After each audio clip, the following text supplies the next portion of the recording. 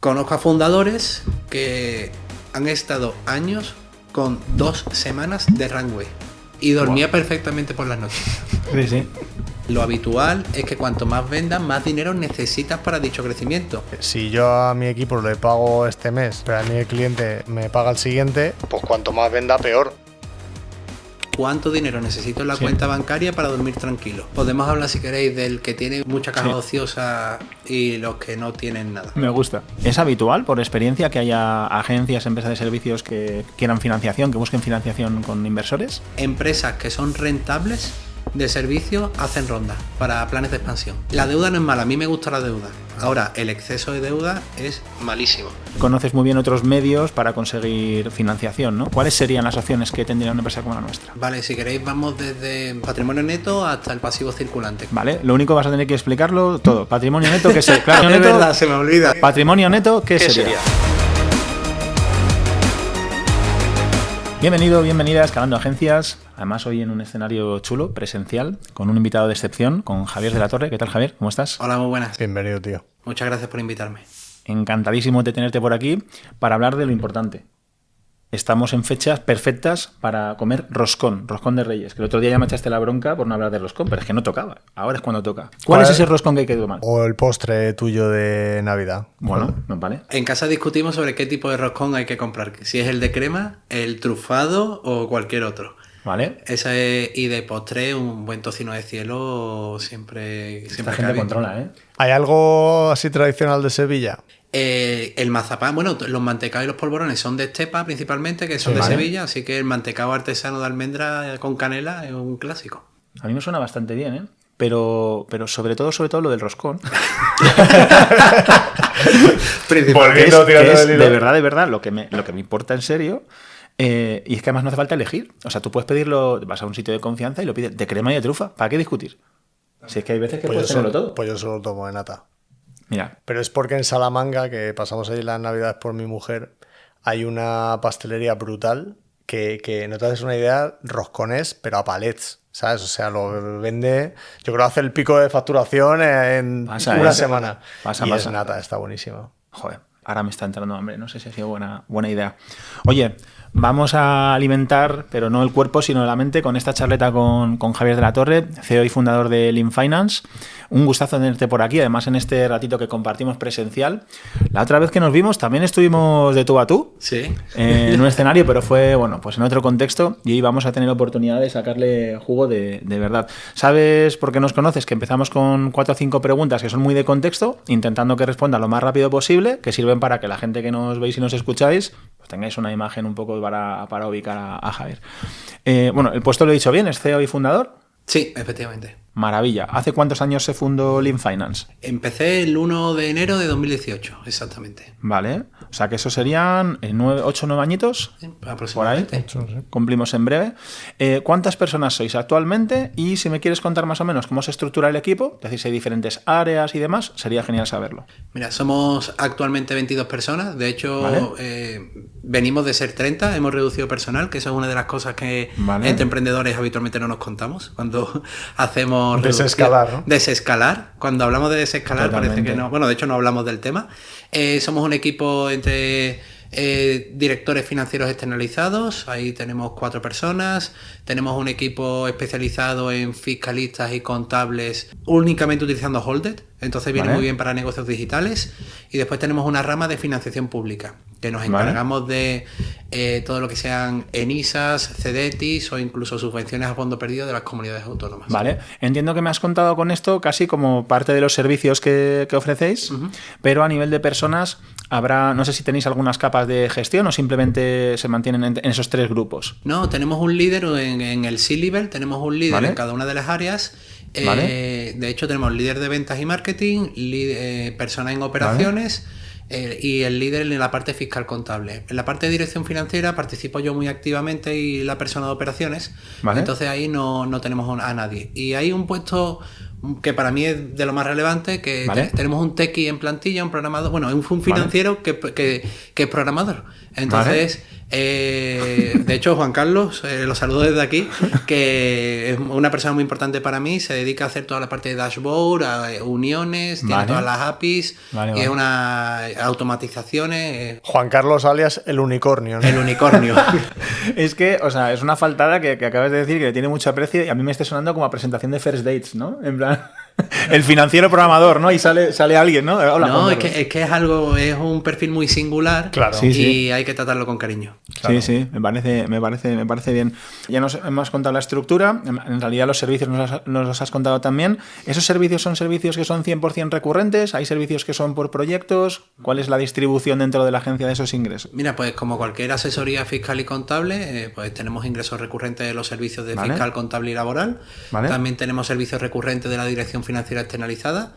Y después los modos, nosotros los llamamos one shots, otra gente los llama one off y tal, pues son servicios de consultoría donde hacemos planificación, bueno, planes de viabilidad, valoraciones de compañías, ayuda a levantar capital, el data room para inversores, y también toda la parte de financiación pública, como cobramos a éxito, también el mismo modo, cuando conseguimos la financiación o la subvención, cobramos en consecuencia. ¿Sabrías decirme más o menos qué porcentaje hay de recurrente y no recurrente? ¿O en este año último, por ejemplo? Sí, bueno, lo sé exactamente. 27% es no recurrente y el resto sí es recurrente. Y con este escenario y este contexto, ¿cuánto, lo que tú me quieras compartir, Javier, cuánto habéis facturado este año? Más o menos el crecimiento que habéis llevado en los últimos años, en este último periodo, sería genial saberlo. Vale, mira, pues estamos en 2025, este año cerraremos con 1.300.000, el año pasado 2024 cerramos con 1.100.000 y esperábamos facturar este año 1.600.000, pero bueno, luego contaremos si queréis. He tenido problemas de salud que me han impactado directamente personal y profesionalmente y veníamos de crecer anualmente casi duplicando ventas. Hice la media y son 70-75% de crecimiento de ingresos interanual. Pues diría que lo primero, enhorabuena por el recorrido, que es espectacular. Totalmente. Y lo segundo, mucha curiosidad también por esos momentos más tuyos, ¿no? Y cómo han podido impactar en el día a día. Joder, buen contexto nos da. Bueno, aparte, que yo a Javi le conozco hace ya tiempo, cuéntanos también tu camino emprendiendo. O sea, ¿cómo empezó todo esto? Tú al Finance llegaste más adelante. Sí, de hecho, yo no tenía vocación de emprendedor ni nada por el estilo. Empecé porque me contrataron de financiero en una startup en el año 2010 y cuando me di cuenta, en 2 años y medio por ahí, participé levantando algo más de 4 millones de euros. Entonces, bueno, Felipe, tú sabes del tema de inversión especialmente y tal. No había ecosistema de inversión en España en esa época. Claro. Entonces, me parecía algo muy... Para mí era muy satisfactorio hacerlo. ¿Qué ocurrió? Que con mi mejor amigo, con uno de mis mejores amigos, que es nutricionista, pues montamos una plataforma de formación online para nutricionistas, se llamaba Tábola. Y fue fue una bomba. Una bomba en 2 semanas, sin tener ningún curso hecho, nada absolutamente hecho. Lanzamos las campañas, cuando digo lanzamos las campañas, publicitamos lo que íbamos a hacer, nada de paid, nada, cero. Y recibimos más de 500 mensajes en menos de 24 horas, se me colapsó el servidor, y facturamos en 2 semanas 70.000 euros aproximadamente. Joder, qué barbaridad. Y esa fue la primera, lo que pasa que primer error de emprendedor, nos peleamos los socios. Entonces, pero no con mi mejor amigo, sino él y yo tenemos el 50% y nos unimos con otros nutricionistas, 3 nutricionistas más, que tienen el 50%, y rápidamente, en cuanto entró dinero a la cuenta corriente, empezaron las discusiones por... Joder, qué habitual. ¿Qué se hacía, no? Sí, además todos son influencers de millones de seguidores o cientos de miles de seguidores, entonces los egos... Y no había, evidentemente no había pacto de socios ni nada. Así que primero eso, y fue un poco frustrante. Y durante todo este tiempo yo siempre, fui director general de una fábrica de mantecados en Estepa. Me contrataron para facilitar... Esto sí que me interesa, la verdad. Pues mira, es que... Ahí tiene el affiliate. Claro, es que lo de nutricionista al principio me he notado como un poco más cohibido. Menos atractivo que lo pero esto de los mantecados... Y fíjate el devenir de su vida, ¿eh? Cómo va. No, pero es que es muy guay, porque hice un MBA en una escuela de negocio. Entonces estuve de financiero en Easynetic, que se llamaba Startup, y estaba haciendo el MBA. Al terminar el MBA me fui a una empresa de implantación de software y después de ahí me fui a la fábrica de mantecado. Entonces, después de eso ya es cuando monté Tábola posteriormente. Joder, interesante, ¿eh? Y durante todo este tiempo, pues como tenía cierta reputación, principalmente en Sevilla, con el tema de finanzas, pues siempre dirigía a unos... Ayúdame con los apartamentos turísticos, tal, ayúdame a levantar esta ronda, preséntame esta ENISA. Entonces cuando me di cuenta, pues estaba haciendo 6, 7, 10 ENISAs al año. Llevaba varias... y todo eso por mi cuenta. Es increíble, o sea, cada vez que nos sentamos con alguien, es un porcentaje altísimo la gente que empieza haciendo algo muy bien y acaba convirtiéndolo en una empresa de servicio. Yo ¿no? creo que es el 90% de los casos. ¿Verdad? Una persona que técnicamente funciona muy bien y eso, empieza a ganar reputación boca a boca tal y de pronto dice, pues tengo que contratar, ¿no? Sí, fue como cerramos tábola, perdí más o menos 20.000 euros. Vale. Entonces, y eso fue en julio, agosto. Vale. Pero mi niña Abril nació en abril de ese mismo año. Entonces me se vi llama así. Abril porque nombre no muy apropiado. Sí, y además venía No habrá escuchado la broma nunca. la primera vez. Claro. Pues me vi con una niña pequeña, sin nómina, sin ingresos, y yo venía de dirigir un equipo de 70 personas. Entonces, y habiendo palmado 20.000 euros. Entonces, prácticamente emprendí por necesidad.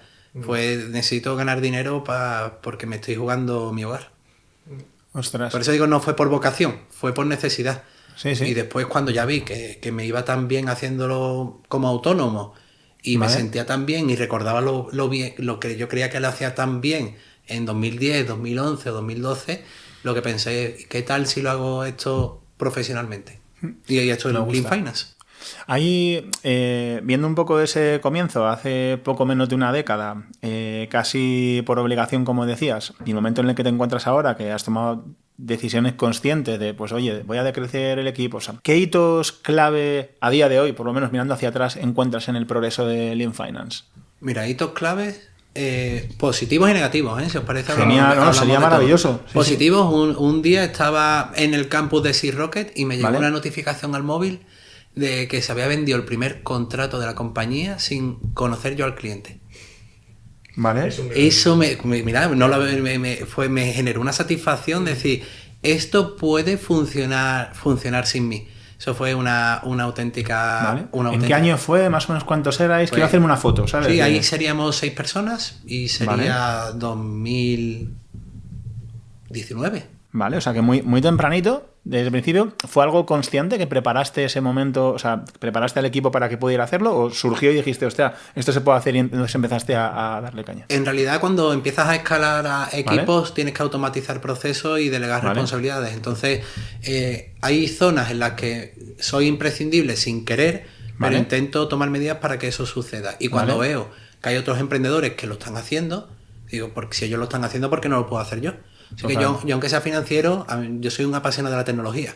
Entonces, lo que hago es intentar meterte capas de tecnología en todo lo que puedo. Vale, vale. Yo no sé ni cuánto me gasto en suscripciones, os lo prometo. Creo que ninguno lo sabemos. O sea, bueno, te he cortado un poco para ver esos hitos. Perdona que me di mucha curiosidad esta parte. Nada, esa es muy guay. Positivos también, cuando empiezas a cerrar cuentas anuales y ves métricas mejores que las de tus competidores. Por ejemplo, que creces interanualmente más y EBITDA, no sé, recuerdo que tenía EBITDA del 23% sobre ventas, que para mi negocio es muy elevado. Entonces, y eso, socio único. También me comparo con otros competidores que han tenido socios, otros se han peleado, muchos de ellos se han divorciado.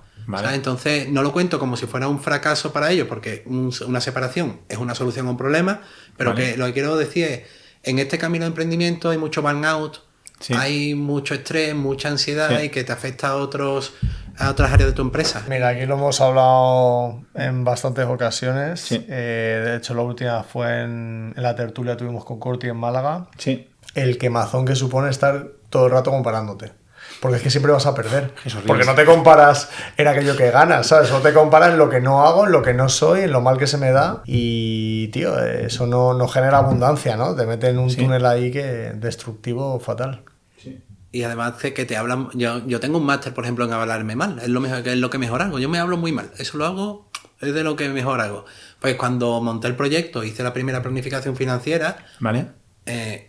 Cuando lo revisé, lo había superado con creces. Y aún así lo primero que me dije fue, fuiste muy poco ambicioso elaborando el plan. Vaya mierda de tío. ¿Sabes? Entonces, que lo que os quiero decir es que incluso las comparaciones, ya no solamente con otros, sino con uno mismo, también son odiosas. Así que no trae cosas positivas respecto a eso. No, totalmente. Hace nada hemos estado hablando sobre cómo preparar el año, ¿no? Un poco con el cambio de fecha. Y hablamos justo, ¿no? De, joder, tienes unos datos a final de año, ¿cómo manejas si no son lo que esperabas, ¿no? Joder, ¿cómo lo manejas? Pues es una pregunta, ¿no? No es una pregunta retórica. Es una pregunta. Vale, pues el cierre, lo habitual es que yo me planifico el año como de septiembre a agosto del año que viene. Vale. Entonces me voy de vacaciones, digamos, con el trabajo ya hecho. Y me gusta planificarlo así porque después llega diciembre y todo el mundo quiere ir a notaría, todo el mundo quiere elevar a público, todo el mundo quiere cerrar y abrir presupuestos. Sí. Entonces esa ansiedad y ese estrés lo llevamos todos encima y nos hacemos flaco favor potenciándolo. Entonces yo lo que intento hacer sobre eso es que la gente intente disfrutar de las vacaciones que no ha tenido anteriormente, hablar con los clientes para intentar acelerar o retrasar procesos, vale, y tomármelo con filosofía. Es que no hay mucho más. Sí. Bueno, me parece poco. O sea, te planteas, si he entendido bien, el mes en vez de enero o diciembre, te lo planteas de septiembre a agosto, un poco para dejar el último trimestre del año para cerrar cosas para clientes, ¿no? Porque hay mucha velocidad y muchas prisas ahí. Sí, diferenciando, por ejemplo, áreas, que antes ¿vale? Miguel lo ha sacado. Por ejemplo, el último trimestre del año para nosotros es muy bueno en ventas. Muy bueno en ventas. ¿Vale? Entonces, prefiero, por ejemplo, para diferenciar ventas de producto o servicio, ¿no? Pues prefiero, ¿vale?, por ejemplo, poner mis esfuerzos en la parte de ventas, que sé que va a ser muy bueno y eso va a generar, ¿vale?, los ingresos recurrentes del año siguiente. Entonces, claro, hay que anticiparse. Y la parte de producto, lo que hago es una buena planificación con mi equipo de financieros y fiscalistas para que los cierres trimestrales, anuales y todos los presupuestos pues se hagan bien. Y que además sean ellos los que lideran la planificación. No que el founder, por su... ¿cómo decirlo? A todos nos pesa o nos quema la caja, ¿no? Por decirlo, ¿vale?, de algún modo. A todos nos gusta vender, a todos tal. Pero muchas veces los fundadores, que son al final con los que trabajamos, digamos que quieren liderar el área financiera de la compañía, y si fuera así no nos hubieran contratado. Lo que quiero decir es, si nos contratan para dar consejos y hacer consultoría, haz bien tu trabajo para que no tengamos que esperar todo hasta final de año. Ya. ¿Sabes? Sobre todo las prisas suelen ser de final de año, cuando hay agencias que hacen rondas, que los inversores quieren desembolsar antes de que finalice el año por una serie de ventajas fiscales habitualmente, ¿vale?, y ahí en esos casos pues nos damos mucha prisa, muchísima prisa, pero por otros casos que no son tan urgentes no lo hacemos. Curioso. Oye, a mí me ha sorprendido esto de las agencias con rondas. Siempre asocio el negocio de servicios a ese negocio bootstrap de poco a poco, de tú empiezas tú, luego contratas a otra persona. ¿Es habitual, por experiencia, que haya agencias, empresas de servicios que quieran financiación, que busquen financiación con inversores? No tengo había una estadística de un informe, ¿vale?, que salía del South Summit y no recuerdo el porcentaje, pero cerca de un 30% no llega. ¿Vale? Empresas que son rentables de servicio hacen rondas para planes de expansión. Vale. Entonces, el inversor de startup, por ejemplo, es muy diferente al inversor de negocio digital, de servicios. Claro. Las valoraciones son muy diferentes, por lo tanto también la exigencia de capital también es muy diferente. Los ritmos son... tampoco se parecen los ritmos de crecimiento, y al final unos se valoran por múltiplos de una métrica en particular y otras suelen ser o múltiplos de venta o múltiplos de EBITDA.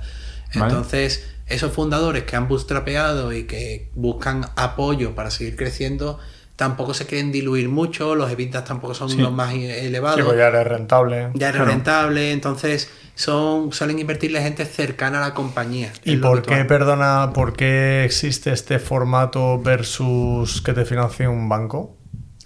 Porque el banco, mira, habitualmente el banco va como un año de retraso. Eso es verdad, ¿eh? Y no te acompaña al crecimiento, te frena en ocasiones.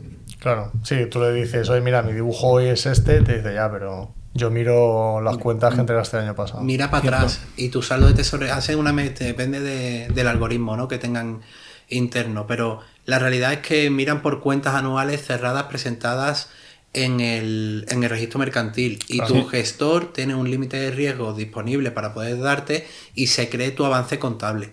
Pero si eleva riesgos, desde riesgos lo habitual es que utilicen una vara de medir diferente. Y hay una cosa que nos penaliza a ciertos fundadores, y es que muchos fundadores de negocios digitales no tienen una gran holding que avale o que tenga una trayectoria empresarial grande, sino somos, no sé, Miguel monta su agencia, Javi monta su agencia o su firma, y no tenemos más allá de lo que ya hemos creado. Entonces piden avales personales y no queremos darlos. Es que sobre todo también son modelos de negocio curiosos donde tu activo mayor no está en el balance, que es tu equipo. Sí. Y tu know-how. ¿Sabes? Es muy complicado para alguien como un banco decir, oye, me creo... Modelos yo creo más recurrentes es más sencillo, que ven más estabilidad, ¿no? Pero que en realidad en él tienes poco con lo que respaldar ese préstamo. Sí.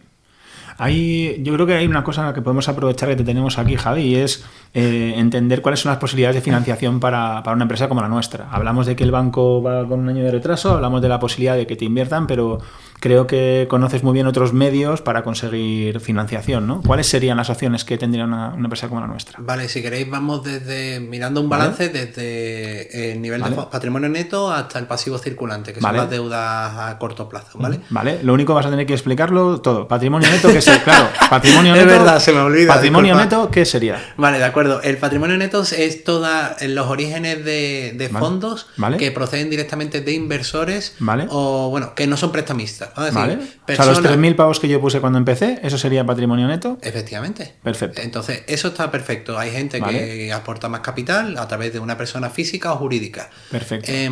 Habitualmente se elabora una ampliación de capital que se llama, que se hace cargo a prima de emisión, que es un concepto contable, pero vamos, que no es importante. El caso es que las agencias que quieran hacer ampliación de capital, pues la primera forma de financiarse es dicha ampliación de capital. Es decir, que alguien ponga pasta y que se muestre de alguna manera en ese efectivamente, y Felipe, que sería el founder, se diluye en un X% en función a la valoración de la compañía. Perfecto. Primer problema que tenemos ahí, que segunda causa de muerte en empresa es peleas entre socios. Así que, por un lado, es el riesgo posible que pueda haber de incluir más personas en tu cap table, que se llama, en tu distribución de capital, y la otra que es el modo de financiación más caro. Entonces, hice un análisis cuando el Euribor estaba más bajo y salió una TIR, bueno, una rentabilidad o una TAE, que es el coste para el emprendedor, del 23-24%. Entonces, no os imagináis yendo al banco pagando un interés del 24%, ¿no? Claro. Entonces, primero te diluyes, es la más cara, pero también mejora tus niveles de solvencia. Es decir, tienes más estabilidad presupuestaria. Y también la que menos riesgo tiene. También es la que menos riesgo tiene, porque como no tiene cuotas de amortización... El que invierte también está asumiendo el riesgo de formar parte de tu compañía. Por eso es tan caro. Por eso es tan caro. Claro, hay que ser suficientemente generoso con el equipo de inversor como para que merezca la pena incluirlo dentro. Claro. Eso es, que asuman el riesgo. Efectivamente. Después, la siguiente parte sería que préstamos participativos.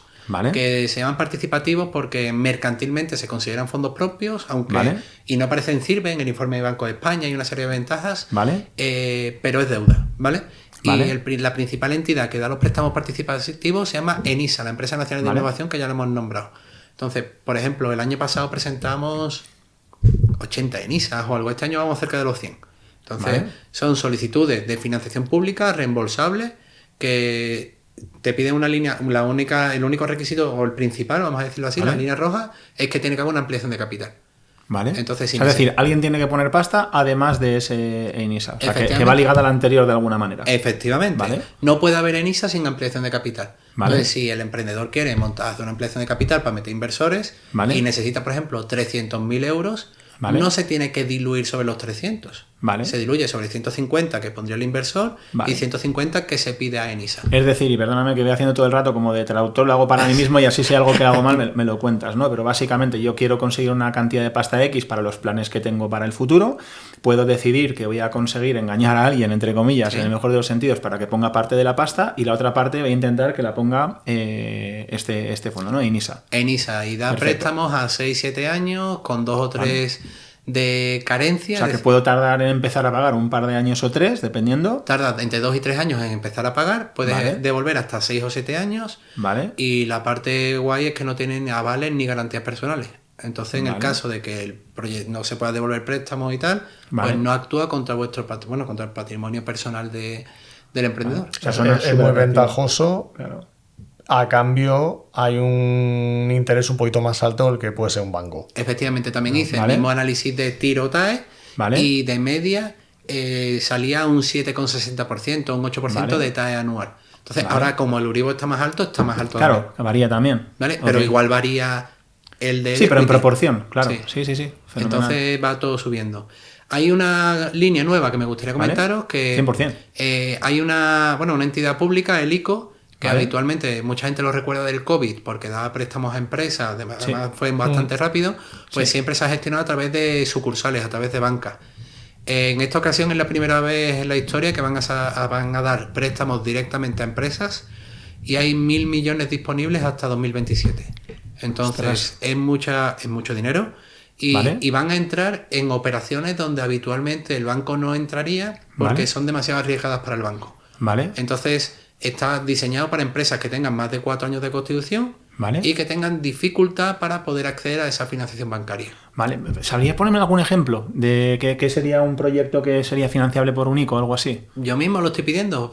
Financian modelos de negocio innovadores. Yo estoy pidiendo 200.000 euros actualmente. Para meter tecnología, entiendo. Efectivamente. Lo que hay una parte que se puede financiar de gastos de inversión. Las típicas CAPEX, ¿no? Que serían como comprar cosas tangibles. En plan, un edificio. Una oficina, un coche. O construirlas. O construirlas, o hacer reformas, que es exactamente lo que iba a decir. Y también financia operaciones. Entonces, tus operaciones del día a día también las financiarías. Y tendrías y además eso, financias corto plazo con deuda a largo plazo que vas devolviendo a un tipo de interés. Creo que era máximo un 1,75 más Euribor. Muy ventajoso. Bueno. Regalado. Es que va a ser, si funciona bien, porque ya estamos con las primeras solicitudes a clientes, y como he dicho, también me lo estoy pidiendo para mí mismo, y cuando veamos cómo funciona realmente el organismo, le daremos más difusión, porque la gente no sabe que hay 1.000 millones disponibles a través de ese coste tan bajo. A ese coste tan bajo. Y sin necesidad de asociarlo, como el anterior, a que haya una entrada de socios también, ¿no? Que era lo que complicaba un poco el asunto. Efectivamente. Qué interesante. Después hay financiación clásica, por ejemplo, los e-commerce se pueden financiar con Revenue Based Financing, que se llama, que es, te doy 100.000 y ahora me vas devolviendo un 9-10% de tus ventas diarias a través de tu e-commerce. Ese tipo de cosas también es caro, pero tampoco aparece en CIRBE, ¿no? En el informe. Y eso no está asociado a bancos, ¿verdad? Eso es como un producto específico de alguien especializado en e-commerce, entiendo. Efectivamente. Después está la clásica financiación bancaria, que es la que líneas de crédito, confirming, factoring. Perdona, una pregunta a este hilo. Porque yo, hablando con muchas agencias y tal, vemos que hay gente ahogada muchas veces innecesariamente. ¿Por qué? Pues porque nunca han tenido familiaridad con productos de deuda, y a la gente le da como muchísimo miedo de pronto de ver, ¿no? ¿Cuál es la pista de que puedes pedir un préstamo? O incluso qué debes. Hay varios síntomas, primero que empieces a recibir mensajes de preconcedido del banco. Ya sí, les gustas. Ya significa que te están tirando los trastos, los tejos, ¿no? Entonces, ya por lo menos tienes disponibilidad, no tienes que tomarla, pero ya sabes que ahí está disponible. Sí. Lo segundo que yo suelo hacer, porque en función al vertical, los niveles de endeudamiento de una industria u otra son muy diferentes. Entonces, no puedo dar una recomendación única. Lo que yo haría, por ejemplo, vería el CNAE adecuado, agencias de comunicación, tal. Y haría una consulta. El Banco de España tiene una herramienta pública y te puede dar los ratios de endeudamiento de tu CNAE en particular. Entonces, ya puedes ver qué cantidad de deuda suele tener tus competidores o tu industria en el completo. Entonces, tú ya sabes, además te lo da por percentiles incluso. Entonces puedes saber qué porcentaje es el mejor financiado, el que está sobreendeudado. ¿Qué significa porcentaje de deuda? ¿Sobre qué? Habitualmente es sobre el total del pasivo. Se llama, ratio de endeudamiento. Es una comparativa entre el patrimonio neto y las deudas. Es una comparativa. Suele ser deudas financieras, no deudas de proveedores. Como antes he simplificado mucho y he dicho que los 3.000 pavos que yo ponía eran el pasivo, ¿no? En realidad ahí se va añadiendo también pues lo que yo he ido ganando en años anteriores y lo que se considera de alguna manera que mi empresa, no sé cómo reservas. ¿no? Sí, son resultados acumulados de ejercicios anteriores, es el concepto. Perfecto. ¿Vale? Okay. Pues lo de la deuda, esa primero que te ofrezcan preconcedido, la segunda verlo en comparación a tu industria, ¿vale? Y la otra es, esto lo va a entender todo el mundo, muchas veces la gente que no emprende evidentemente piensa que vender mucho tiene que ver con cobrar mucho. Es totalmente. Entonces, ¿qué ocurre? Que lo habitual es que cuanto más vendas, más dinero necesitas para dicho crecimiento. Claro. Se llaman necesidades operativas de financiación, es el concepto. Entonces, todo por hacerlo más complicado, ¿eh? Sí, disculpadme, es que nos tenemos que hacer sentir importantes, ¿vale? Tiene una justificación. Me parece. No, pero claro, la lógica, así un poco cuenta de servilleta, te dice, si yo a mi equipo le pago este mes, pero a mí el cliente me paga el siguiente, pues cuanto más venda, peor. Porque Totalmente. más gente contrato, más tengo que pagar hoy. Es así muy simplificado con un modelo de agencia, ¿no? Sí. Hay un concepto que a muchos economistas no les gusta, pero se llama caja ociosa, que es como caja que nadie toca. A mí me gusta llamarlo caja operativa, que es un concepto subjetivo, es decir, cuánto dinero necesito en la cuenta bancaria para dormir tranquilo. A lo mejor puede ser pagar sin ingresos y sin cobros, tener la posibilidad de pagar 3 meses las nóminas, poder pagar 2 meses los gastos recurrentes mensuales. Entonces lo que yo veo es, si necesito para 2 meses recurrentes mensuales 60.000 euros, tengo un preconcedido ya que el banco me ha dicho de 60.000 y me comparo con mi industria y le podría meter hasta 180.000 euros de deuda, pues ya estás teniendo ya estás teniendo señales de que algo de deuda te cabe. La deuda no es mala, a mí me gusta la deuda. Ahora, el exceso de deuda es malísimo, porque no se genera flujo de caja operativo positivo para devolver las cuotas. Entonces hay que hacer una buena planificación de eso. Vale. Y se me olvidaba, disculpa. No, por favor. Hay un concepto, la gente lo entiende, pero ¿vale? Se entiende muy fácil. Si tú no pones el dinero, ¿vale? Tu rentabilidad como emprendedor se dispara. Es decir, se llama rentabilidad sobre fondos propios. Entonces, si consigues que otra parte ponga el dinero como el banco, todo el beneficio que genera la empresa sin tú haber puesto más de los 3.000 euros, te lo quedas tú. Entonces no apalancas capital de ninguna manera. Sí, si tu empresa da un 20% de EBITDA y tú puedes rentabilizar cada euro en un 20% y tú traes un euro pagando un 3%, por decir lo que sea, estás ganando un 17% con un dinero que no es tuyo. Efectivamente. Es el negocio de los bancos al final. Sí, y el banco también gana dinero con eso, así que beneficia a todo el mundo. Joder, buenísimo. Mira, tengo un par de preguntas así como muy concretas, porque justo hablabas de esa caja operativa, que es un concepto subjetivo, pero dentro de que sea subjetivo, en tu experiencia, ¿qué considerarías sano para una empresa de servicios? A lo mejor me lo tienes que dividir pues, por número de personas o lo que sea, pero oye, ¿cuánto debería tener en la caja para cubrir mis gastos 2 meses, 5 meses? Es que he oído cosas muy diferentes. ¿Qué crees que tendría sentido a nivel operativo para una empresa como la nuestra? Primer punto, no voy a dar ninguna recomendación y lo digo por anticipado porque como las finanzas son tremendamente subjetivas, voy a hablar de un concepto súper subjetivo, que es la aversión al riesgo. Perfecto. Entonces, hay emprendedores que no le tienen miedo a la deuda, que son muy orientados a ventas, a crecimiento, que meten inversores y quieren dar resultados de crecimiento exponencial, tal. Esa gente son menos aversas al riesgo, entonces su caja operativa habitualmente es más baja. Está siempre en funcionamiento, digamos. Efectivamente. Y después hay otros emprendedores como que están hechos a sí mismos, que no tienen inversión externa, que lo que han construido les ha costado mucho esfuerzo. Que les da más miedo. A mí me puedes meter en ese saco, pero vamos, fácilmente. Claro, y yo entiendo que tú como fundador quieres dormir tranquilo por las noches. Hostia, me encantaría. Entonces, ahí la caja operativa sube mucho. Yo me siento cómodo a partir de aproximadamente 3... Es que nuestras cuentas de resultados están cargados de gastos de personal. Claro, entonces, justo. 2 meses de gastos de personal o 3 meses de gastos total, entre 2 y 3 meses de gastos de personal, ahí me muevo yo bastante cómodo porque tienes tiempo, si fallas un mes, tienes tiempo para reaccionar. Y no se te va a caer todos los clientes de un día para otro. Claro, no debería. A mí me pasó en mi compañía anterior que con mi socio, él era más conservador que yo y él necesitaba estar más cómodo con, pues no sé si llegamos a tener como 6 meses de gastos fijos. Ese hombre me representa. En caja, ¿vale? En caja. Entonces ya llegó un momento que era absurdo, porque claro, yo empecé ahí a aprender más de finanzas, pues ya cuando creces, pues ya por narices, tienes que aprender. Claro. Y empecé a darme cuenta de un concepto, claro, todo esto, pues es que la gente no lo sabe, tienes que ir aprendiendo muchas veces a leches, pero lleva años, ¿no? Dejando muchísima caja ociosa sin necesidad más que estamos a salvo, que también te digo que en el COVID nos vino súper bien, pero no es lo lógico venga un COVID, ¿no? Entonces, ahí yo me di cuenta que yo decía, vale, aquí hay un punto, incluso me empecé a hacer gráficas en Excel y tal para ver en qué punto de la caja yo empezaba a perder dinero en realidad, porque digo, yo necesito esta caja para dar la rentabilidad que estoy dando, pero a partir de ahí no me va a dar más rentabilidad. Luego, hay un coste de oportunidad que es que yo me saque de dividendos, por ejemplo, el exceso de caja y lo invierta por mi lado y lo haga crecer de otra manera. Entonces, al final, el cómo invertir caja ociosa, por ejemplo, es algo que yo veo que la gente no tiene medios, no entiende, ¿no? Cómo puedo mover este dinero y todo ese aspecto de encontrar los límites, tienes que estar tú cómodo, pero yo creo que si la gente tuviera herramientas, ¿no?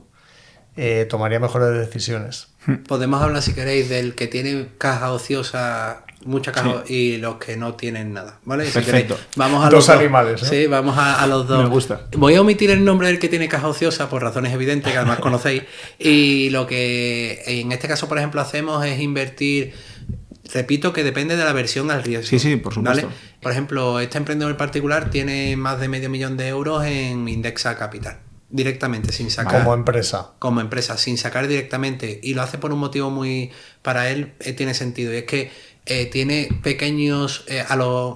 son late co-founders, no sé cómo llamarlos, ¿vale? Que son socios, trabajadores de la compañía que tienen un porcentaje ¿vale? minoritario, que si él lo saca como dividendo a su patrimonial, Tributa, claro. ¿sabes? Entonces tributa y además el resto no se beneficia de esas ventajas, ¿no? Entonces lo hacen directamente desde la sociedad. De hecho, Indexa tiene un plan, parezco ahora comercial de Indexa, pero que tiene un plan específico para empresas. Así que ¿vale? rentabilidades entre el 6 y 7%, depende del año, que ya sabéis cómo es esto. Sí, sí. Y mejor, y además liquidable a los 2, si quieres sacar el dinero, a los 2 días lo tienes en cuenta corriente. Un saludo, por cierto, a nuestro amigo Ramón Blanco. Don Ramón y François. Y François. Y a Unai, tampoco hay Y que Unai. dejarlo fuera, ¿no? Pues eso por un lado. Seguramente haya otros indexas que también tengan herramientas disponibles.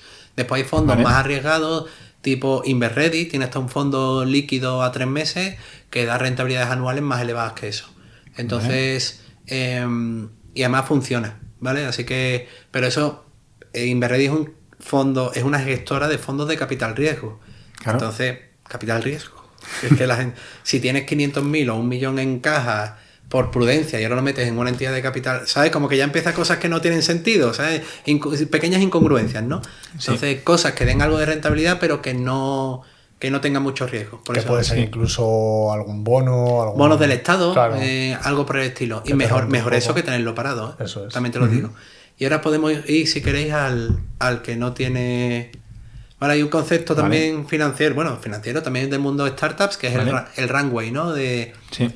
cuánto tiempo te queda de vida con la caja que tienes. Sí. Conozco a fundadores que han estado años con 2 semanas de runway.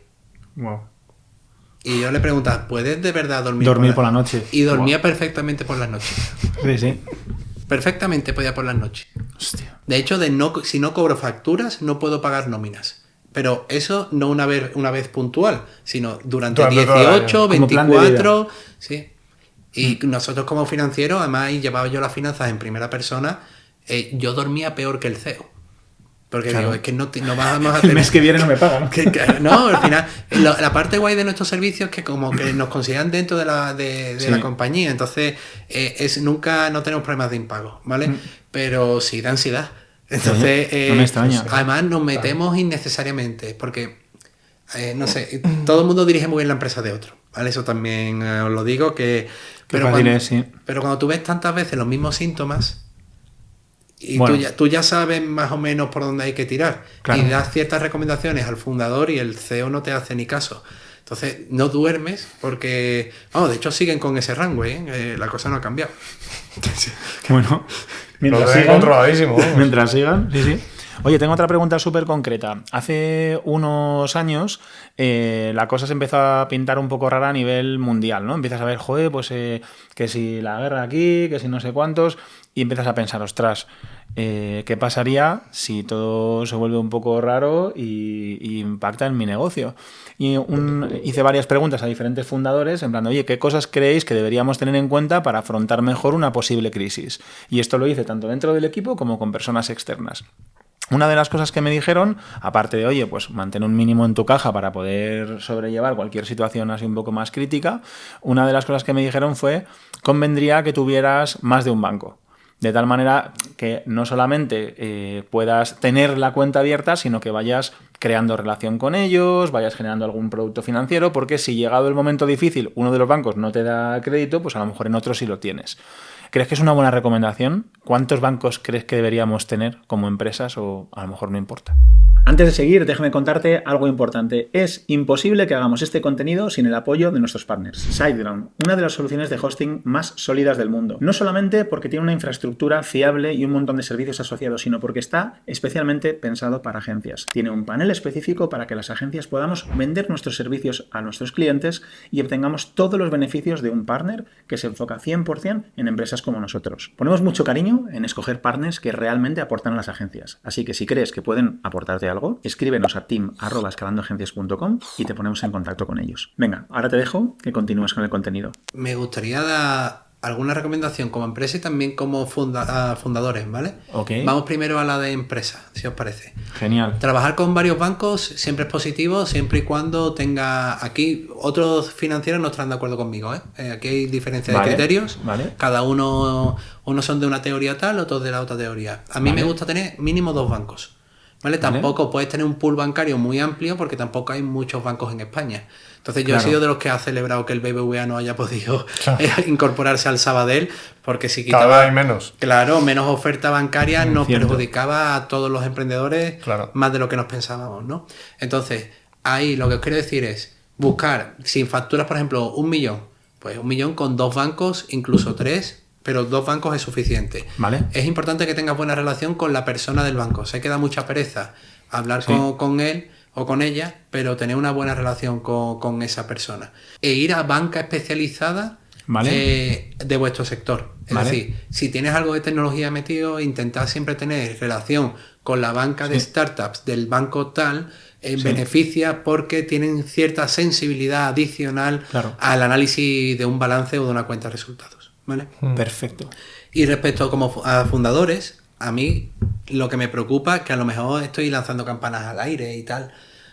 A mí me preocupa la solvencia de nuestros gobiernos. Y me explico, ¿vale? Haciendo un análisis que he hecho recientemente también del Venture Capital en España, casi todo el dinero de inversión es público. Y cuando digo casi es... Sacas en el Observatorio Bankinter, sacas el listado de los principales inversores y en el top 5 están el CDT y Enisa. En el top 5. Y después muchos de los fondos... Hostia, qué dato, ¿eh?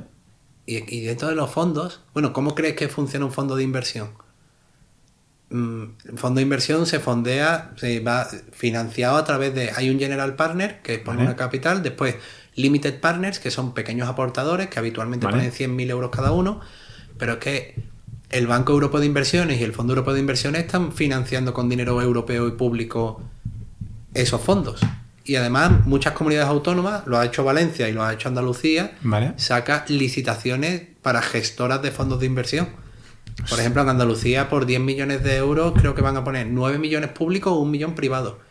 Entonces, casi todo el dinero de la inversión es público. Gestionado de manera privada, pero público. Si estoy entendiendo bien, tu punto es que como los fondos vienen invertidos por mucho capital público, tú piensas que hay bastante riesgo en ese capital. Tenemos un riesgo país que como el país entre en un nivel de endeudamiento muy elevado...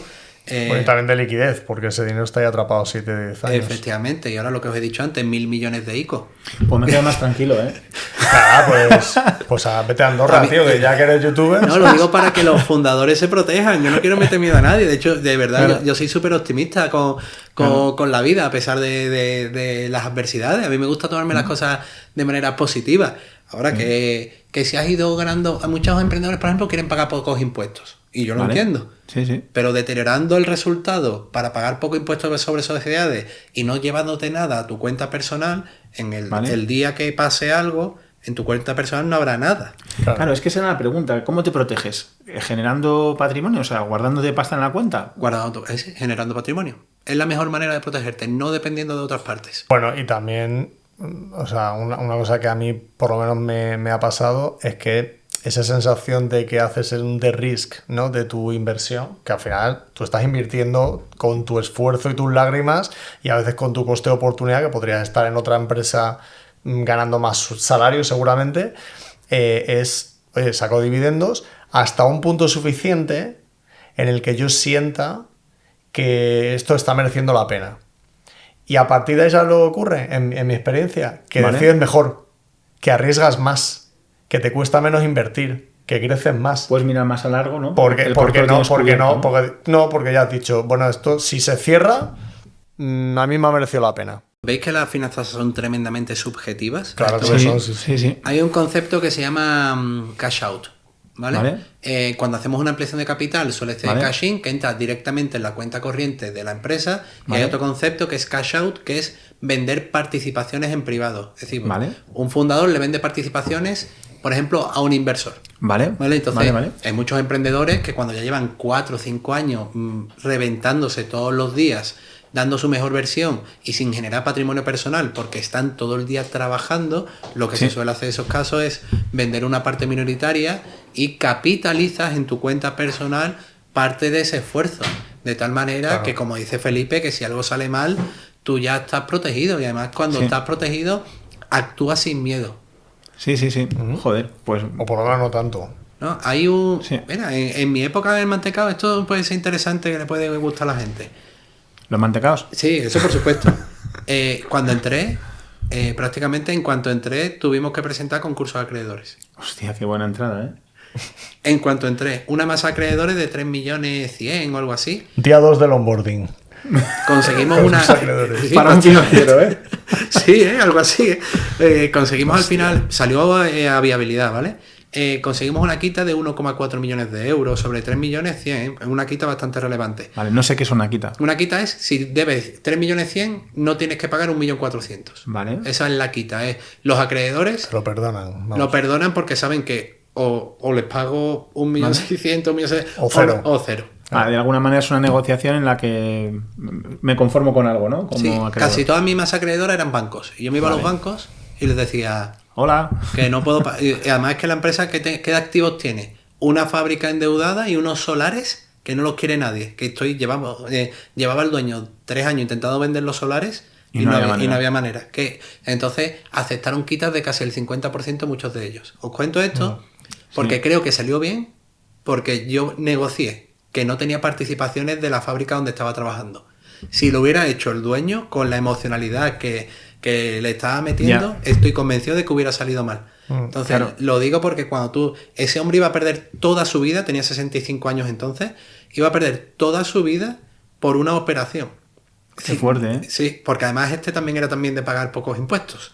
Entonces, digo esto porque cuando tienes tu casa segura, focalizas mucho mejor en la compañía. Joder, yo creo que aquí hay 2 aprendizajes. Lo primero, el que has contado, y el segundo, que se puede negociar. Claro. Que estaba ahí como de base, pero no es tan evidente para los que no conocemos este mundillo, ¿eh? Claro. A ver, la cuestión es que lo hablamos muchas veces, que en los incentivos está la trampa. De igual manera que hablamos del tema de bajar mi riesgo para, poder asumir más. Yo creo que eso es, ¿no? Bajo el nivel del agua para poder echar más.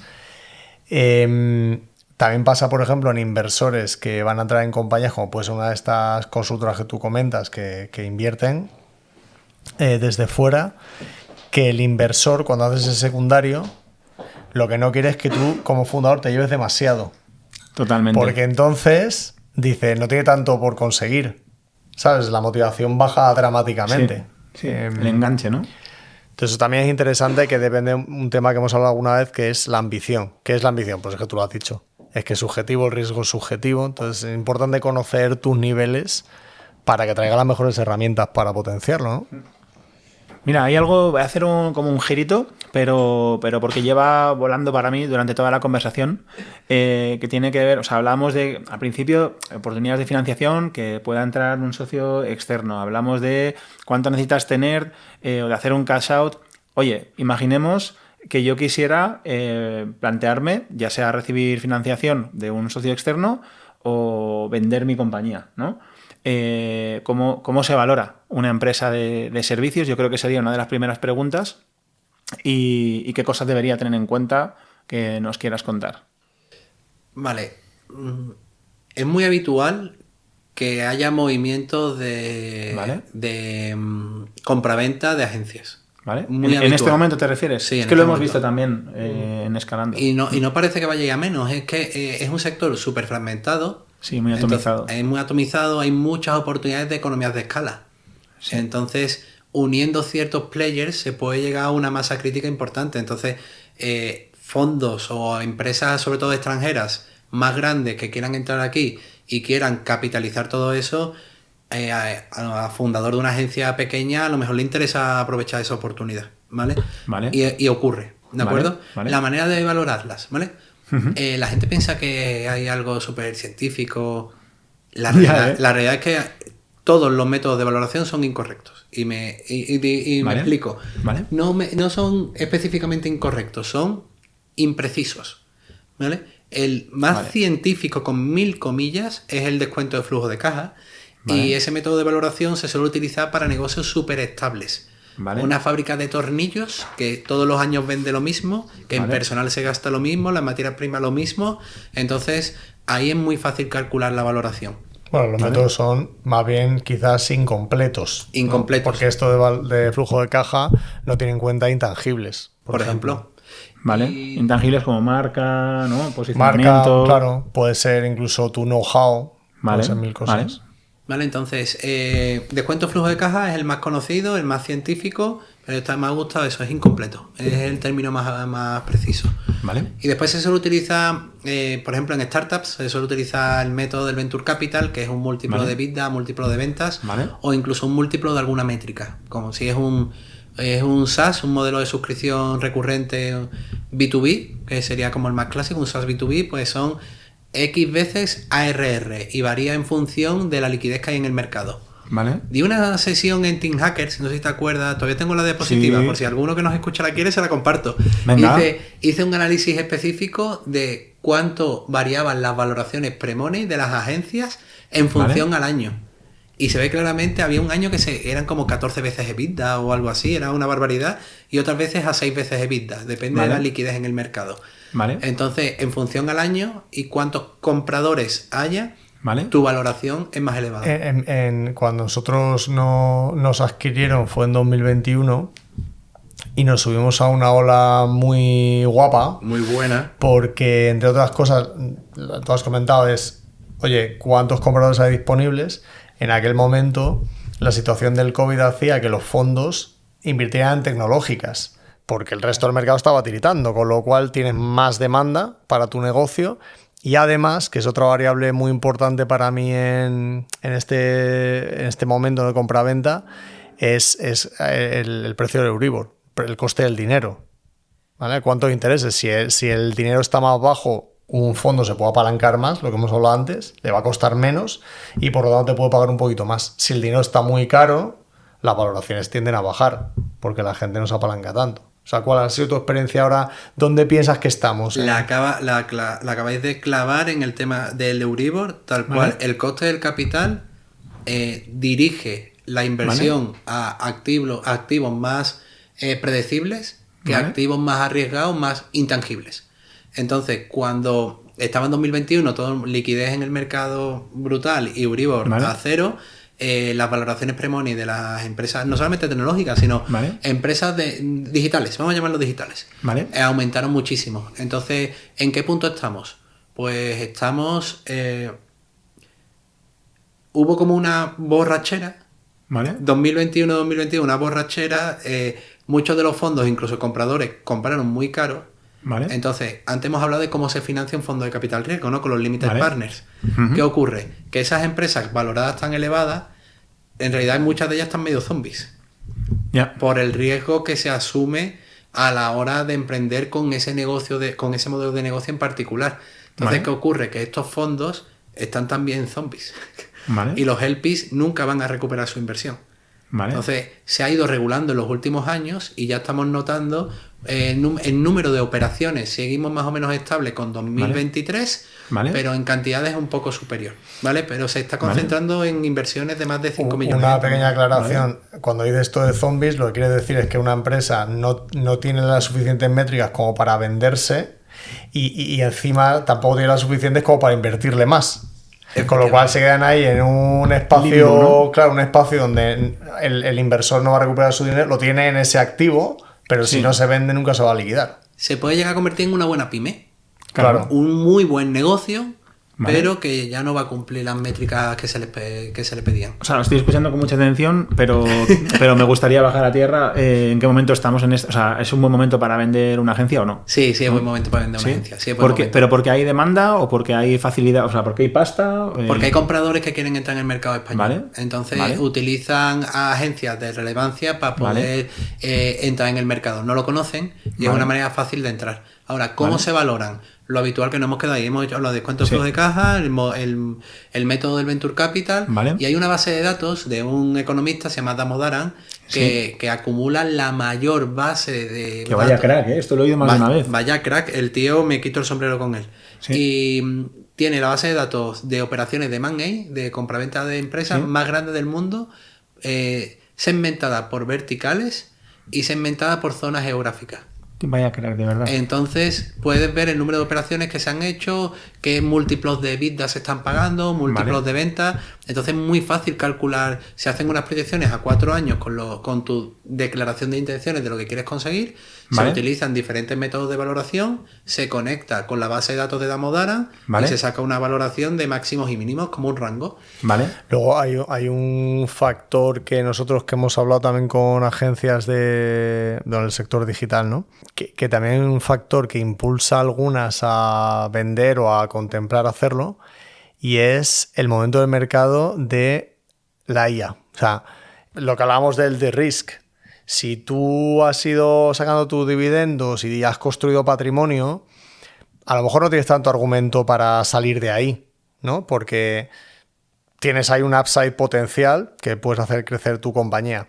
Pero si no has sacado patrimonio, dices, yo lo que quiero es guardar la partida, ¿sabes? Salir de aquí por patas porque no tengo claro cómo voy a... lo que viene, ¿no? Claro, porque a lo mejor mi empresa se la cepilla la IA en 5 años y aquí no puedo estar, ¿no?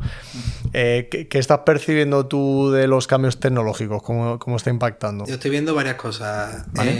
Inversores que no están entrando en empresas que dicen que hacen IA porque puede venir cualquier otro más grande y no hay barreras de entrada. Claro.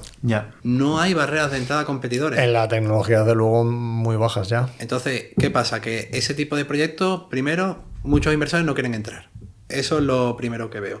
Después, otras profesiones que estoy viendo que están desapareciendo y vosotros lo estáis... No sé si creéis que hay más copywriters que antes. Yo creo que cada vez la calidad está bajando mucho y cada vez hay menos. Va a haber industrias que se va a cepillar entera. Y respecto a los que, por ejemplo, los que no han generado patrimonio y no lo han protegido, sí, hostia, yo tendría ahí una razón de peso para querer vender. Pero sobre todo desde el punto de vista de priorizar mis propios intereses. Imagínate que en Málaga, constituiste en Málaga tu agencia en 2014. Llevas 11 años empujando. Tu nómina sigue estancada. Bueno, seguramente estoy diciendo más, algunos se sientan hasta identificados. Lleva estancada no sé cuánto tiempo. Los hijos ya están más grandes, van al cole, quieres llevarle un buen cole, un buen futuro. O tus hijos no quieren seguir con la agencia. No, y tus hijos previsiblemente no quieran continuar con tu agencia. Eso es lo que va a ocurrir previsiblemente. Que por eso, por ejemplo, existe Dili, que es un portal de eso específico. Porque es que, bueno, de hecho, en mi caso del mantecado, las nietas del fundador no querían continuar con... Es que eso que eran mantecados, que no era cualquier cosa. No, pero quería continuar comiéndolos. Que lo que que para ti fuera vocacional no significa que para tus hijos, claro, para tus nietos totalmente. lo sea. De hecho, ahora hay una oleada de oportunidad muy importante con los boomers. Esto toda la gente de generaciones previas, claro, que se jubilan. ¿Para comprar barato? Claro, o para comprar simplemente. Y para... A lo mejor no comprar barato, pero sí compras con una oportunidad brutal de generar valor porque un negocio, un boomer, con honrosas excepciones, pues a lo mejor no tiene presencia digital online, a lo mejor no tiene tecnología suficiente que se podría eficientar un montón y podrías darle una Justo vuelta ahí de está la tuerca oportunidad, ¿no? importante. Pero si no son negocios, con las pymes que hay en España, ¿no? Ahora está muy en boga el tipo este de Algeciras que tiene una autoescuela online, que lo A ver, sacan de ¿cómo es broma eso? en ¿Cómo es Instagram y en TikTok, ¿sabéis? Hostia, tío, es buenísimo. ¿Y qué pasa? Que el tío se ha llevado una autoescuela de barrio de Vale. Algeciras o de La Línea, no recuerdo exactamente de dónde, Sí. al canal online. Online. El tío es un artista, Pero un artista. tiene miles de alumnos. Espera, pero permíteme que tengo que contarlo. O sea, el notas empieza en plan: tienes una opción, te adelanta uno por la derecha, tú aceleras o no sé Una qué. vieja, Pues, una vieja. Una vieja se cruza la calle, no sé qué, y empieza: pues no la adelantas, porque eres idiota. Así a la cámara, ¿no? Y es espectacular. Pues mola. Y Negocios se de aprende, boomer, ¿eh? sí, se aprende muchísimo. Sí, Y negocio negocios de boomer. boomer clásicos, yo no te imagino invirtiendo en una autoescuela. No te imagino, Felipe. De momento. De momento. ¿Vale? Pero se ve Ya se ha que hay, picado. que hay negocios tradicionales que con un modelo de negocio más innovador y Totalmente. se pueden llevar al online y son muy rentables. Totalmente. Eso es muy interesante comprar. Yo quiero muy volver interesante. a las agencias. Estamos viendo que hay un momento en el que vender puede no ser una tontería, que hay oportunidad. ¿Qué 2, 3 cosas debería tener en cuenta como fundador para tener mi agencia bien lista para que alguien que me quiera comprar quiera pagar lo máximo? Vale, lo primero es, el comprador previsiblemente no solamente está hablando contigo y no será Vale. la única operación que ha hecho. ¿Vale? Entonces, O sea, primero, yo soy el torpe de la conversación, eso seguro. Claro. seguro. Claro. Entonces te tienes que preparar o acompañarte de gente que sepa Vale. de cara a esa negociación. Vale. Básicamente porque la otra parte va a saber mucho más que tú. Tiene ese conocimiento. Y previsiblemente tú no vayas a crear muchas empresas que vendas. Previsiblemente vendas una única empresa que crees. Si es que la vendes. A eso voy. Entonces no la cagues en esto. No la puedes cagar. Que igual es una, claro. Oye, perdona que tiene un poco de la cuerda. Esa ayuda que busco, ¿quién es? ¿Son abogados? ¿Son...? Hay diferentes players. Nosotros Vale. lo hacemos también, pero... No, sin pero. Lo hacemos también. Vale. Lo que ocurre es que es bueno que no conozca, que no tenga sesgo. O que no que Vale. sea... que parta desde la neutralidad absoluta. Así que Vale. si es un despacho tal que esté relacionado con el comprador y tal, no lo recomiendo porque no va... Claro, lógico. Y un buen abogado también. Hay abogados especializados en M&A, que Vale. además hay desde el más caro del mundo a Vale. unos que son asequibles. Vale. Entonces, porque digamos que el financiero y el abogado tenemos que ir de la mano. Vale. Nosotros planificamos la ronda, la venta y todo lo demás, pero quien tiene que llevar eso al papel es el abogado, además el que se conoce Vale. todas las cláusulas, los warrants, que ahí es donde está el demonio. Vale. Es importante, que eso va con una de las otras siguientes recomendaciones. ¿Vale? Meterse en auditoría a lo mejor un poco complicado, ¿no? Porque requiere mucho esfuerzo y además eres socio único, tal, pero sí hace una buena due diligence previa para que cuando llegue el comprador esté todo bien orientado. Es decir, que no haya Vale. muertos antes, porque si no, se rompe la confianza durante la negociación. Vale. Imagínate que tú ocultas un dato relevante Sí. durante 4 meses que llevas hablando con el comprador. Sí, y a veces, si me permites que lo diga, y corrígeme si me equivoco, ¿vale? Puede ser sin saberlo. Por ejemplo, Sí. tú tienes una demanda de un cliente de hace 3 años que los juicios tardan una barbaridad. Tienes un conjunto de facturas que hace 2 años que tienes pendiente de cobro, pero que no se han cobrado. Y es un monto que de alguna manera aparece en tu contabilidad, pero que el comprador podría considerar que no lo vas a cobrar. O sea, hay un montón de pequeñas cosas que podrían suceder, que las tienes tú ahí como en el cajón, que no son, entre comillas, normales, pero que podrían incurrir luego en una bajada de la valoración. ¿Es correcto? Es O totalmente una pérdida de correcto. confianza. O Sí. directamente que se rompa el deal. Claro, quiere decir que no tiene por qué haber una mala fe. Simplemente que tú No, no tengas pero- esto bien ordenado. Pero si llevas 3 años sin cobrar de un cliente y no has dotado la pérdida, Claro. que te van a obligar a dotar la pérdida en un único ejercicio. Es habitual que tengas alguna roncha, no de un año, sino un poquito de un año, un poquito, poquito de de otro. otro. Y te lo va a llevar a pérdidas en un Todo único de año golpe. que te va a afectar al múltiplo que te van a aplicar. Justo. Claro. Si sabes que te van a valorar en función a múltiplo de vida o múltiplo de ventas, pues mejor que mejor tener la casa ordenada antes de eso. Claro. Y de hecho he visto empresas ya con tamaños relativamente ya más grandes que hacen como ejercicio estas auditorías por ejercicio saludable. porque al final dices, bueno, si viene un auditor y me pone las pilas que me falta esto y lo otro, ya no es por vender o no vender, es por tener un negocio más saneado, ¿no? O sea, es un buen ejercicio. Por eso existe la auditoría, en realidad. Claro. Hay otra cosa y es, si quieres que ocurra algo, prepárate para ello. Entonces, si quieres que ocurra, no va a ocurrir de hoy para mañana. Planifica, si ya sabes, por ejemplo, haciendo la consulta al Banco de España, cuáles son los EBITDA medios de tu industria, el crecimiento de ventas y tal, hace una planificación. Pues calcula, ¿no? Claro, para que tú estés, porque como solamente, no van a estar hablando solamente contigo, te van a comparar con otras agencias, Justo. que tú seas siempre la mejor opción. Entonces hay que prepararse para que cuando lleguen esas conversaciones estés en un momento dulce, no que seas el patito feo de la casa. Y ya la última como fundador, vender como persona física es una crueldad fiscal. Escuché algo así, creo que lo dijo Iñaki Arrola, o que no me acuerdo, que vendió coches sin tener patrimonial, sociedad patrimonial. Si tiene sociedad patrimonial de una empresa de tenencia de valores, que se denomina, y tiene actividad, tiene una serie de requisitos que hay que cumplir. Es lo que llaman holding, que está lleno YouTube de búsquedas, ¿no? Eso es, sí, ahora mismo todo en Instagram está lleno de eso. De Andorra y de holdings. Sí, y ahora me está saliendo, no lo voy a... Ceuta, tío.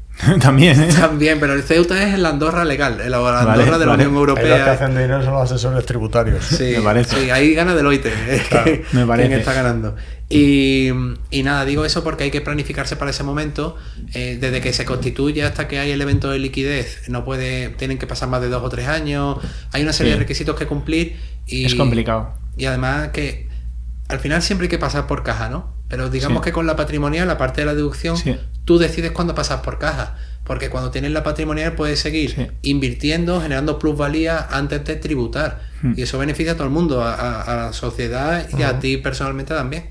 Esto es algo que luego en las investigaciones que he hecho a nivel particular luego tiene sus complicaciones. Tienes que haberlo manejado con muchísimo largo plazo, como decías, 2-3 años como mínimo. Tiene que estar bien justificado. O sea, hay una serie de parámetros.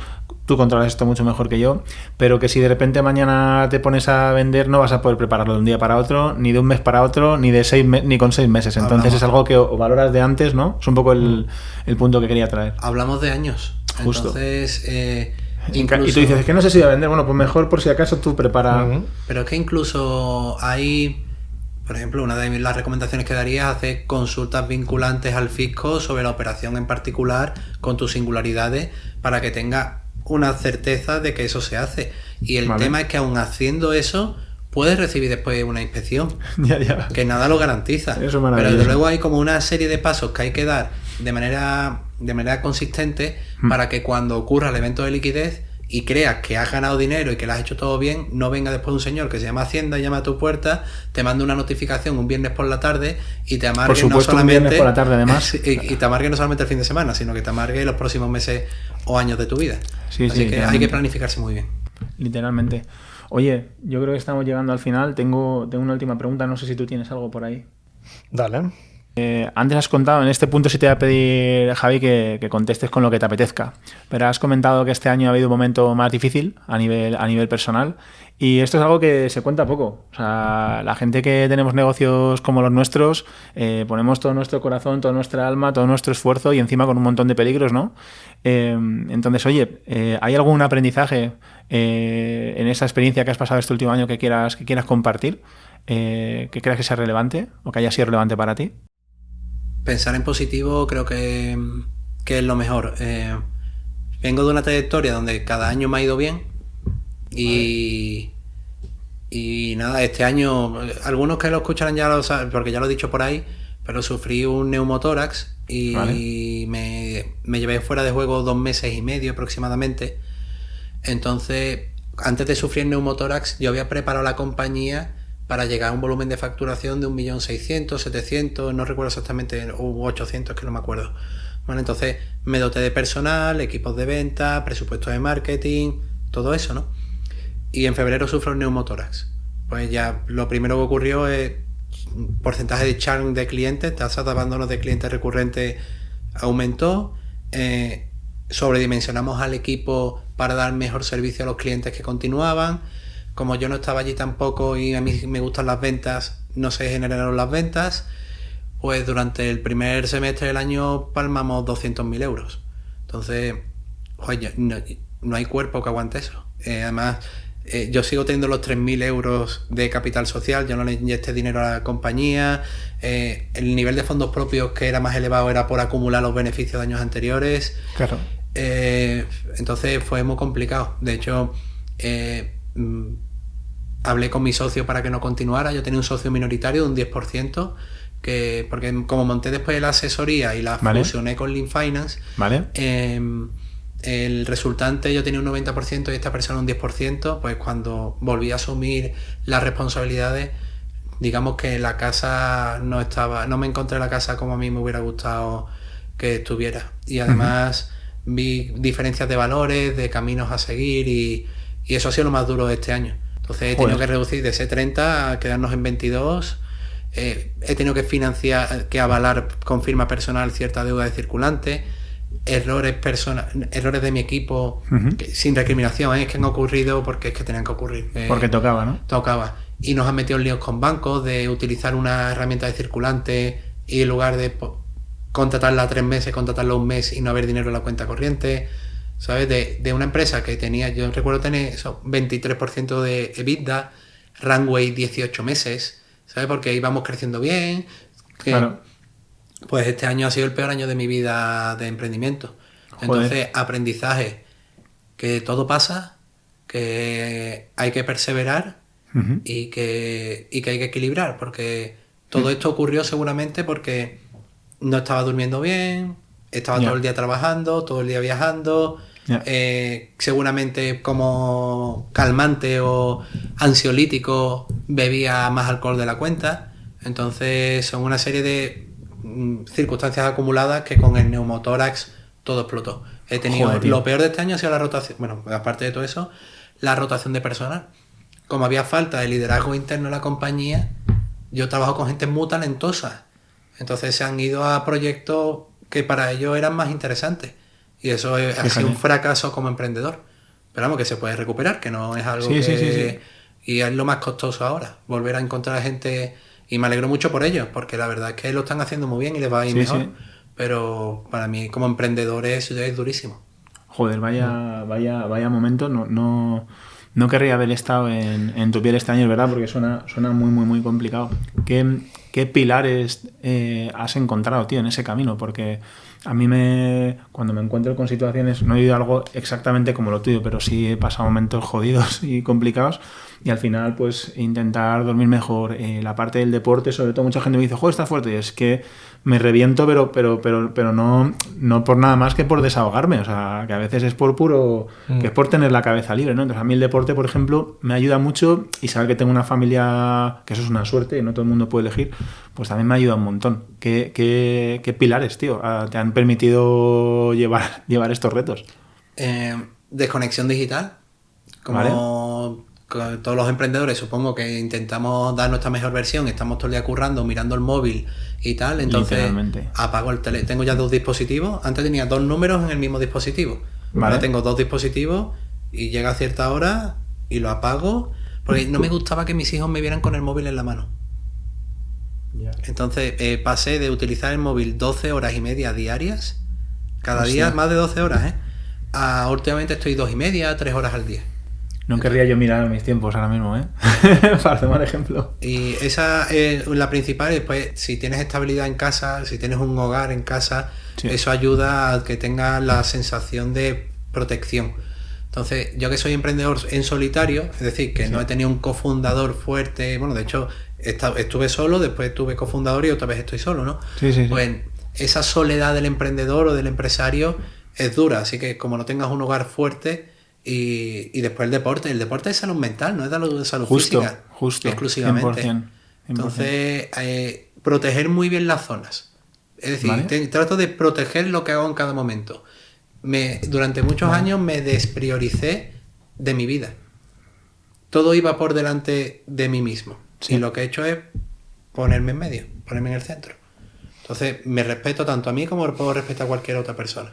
Y eso es lo que me está funcionando. En mi propia experiencia, Para mí ha sido también un viaje porque yo también pasé por eso de no priorizarte, ¿no? O sea, las horas que necesitara el negocio, pues aquí estoy. Sobre todo me acuerdo de la época del COVID, que yo creo fue muy dura para todo el mundo, ¿no? Pero yo me acuerdo una vez que tuve que ir de esto con que te sentías un forajido por la calle a ver si iba a ver la policía, yendo a un centro de estos de gafas, ¿no? Sí. Que vendían gafas, para hacerme una prueba en la visión porque no veía bien y digo, ¿qué me está pasando? Yo creo que era el estrés de estar tantísimas horas delante del ordenador con tal tensión, y llegó un momento que, sobre todo cuando he tenido hijos, que hice lo que tú comentas de líneas rojas.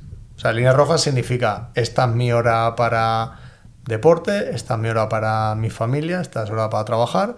Y dentro de eso soy súper, no sé cómo decirlo, firme. Riguroso, escrupuloso. Firme, ¿sabes? Porque cuando tú estás bien, yo creo que todo funciona mucho mejor. Y el problema es que no te das cuenta. Ya, cuando empecé hermano, me había convertido en una persona gris. No me gustaba mi versión. La versión que yo estaba... carácter y eso. Sí, y yo era espontáneo. Eso te juro que soy capaz de entenderte. A veces digo, no sé si en todo momento me estoy convirtiendo en la persona que quiero ser o no, ¿eh? Porque a veces tengo unas respuestas ante cosas que internas, ¿eh? La gente por fuera a lo mejor no nota, pero por dentro a lo mejor me cabrean cosas que digo, ¿por qué me enfada esto, tío? O sea, que te veo. No, tal cual. Yo veía que le gritaba al niño, y a mi niño tengo un niño de 5 años y tenía, no le gritaba, tenía sobrereacciones. Sí, y yo tiene 5 años, ¿qué le voy a exigir? Tiene 5 años. ¿Sabes? Compórtate tú como adulto y no sobre reacciones. Hablabas de tener ahí un entorno chulo en casa, y no es solo el entorno, ¿no? También son los espejos que suponen las personas con las que tratamos, ¿no? Y bueno, pues los chavales yo no tengo, pero soy el mayor de muchos hermanos, y joder, cuando ves a alguien así que de alguna manera te tiene como referente, todavía se convierte en un espejo más duro a veces, ¿no? Pero bueno, también más chulo. Oye, yo creo que joder, qué maravilla tenerte aquí, Javier, tío, pero sobre todo porque hemos podido ver todo lo que tiene que ver con las finanzas. Bueno, primero pues vuestro recorrido, ¿no? Luego, a nivel financiero dentro de una agencia, cómo puedo valorar mi agencia, en qué momento nos encontramos, qué cosas tengo que tener en cuenta a la hora de financiarla. O sea, yo creo que muchas claves que cualquier emprendedor o emprendedora, fundador de agencia puede tener en la mesa y puede utilizar para ir adelante. Y un poco con este cierre también, pues gracias por compartir tu camino personal, que, hostia, este año ha debido ser durete. Vamos a ver si este año que está empezando viene con un poquito más de alegría, ¿no? Ya con los pilares asentados. Celebrándolo con mantecaos y con panetones. Este va a ser un buen año, ya veréis. Venga, vamos a por ello. Muchas gracias, Javi, tío. A vosotros.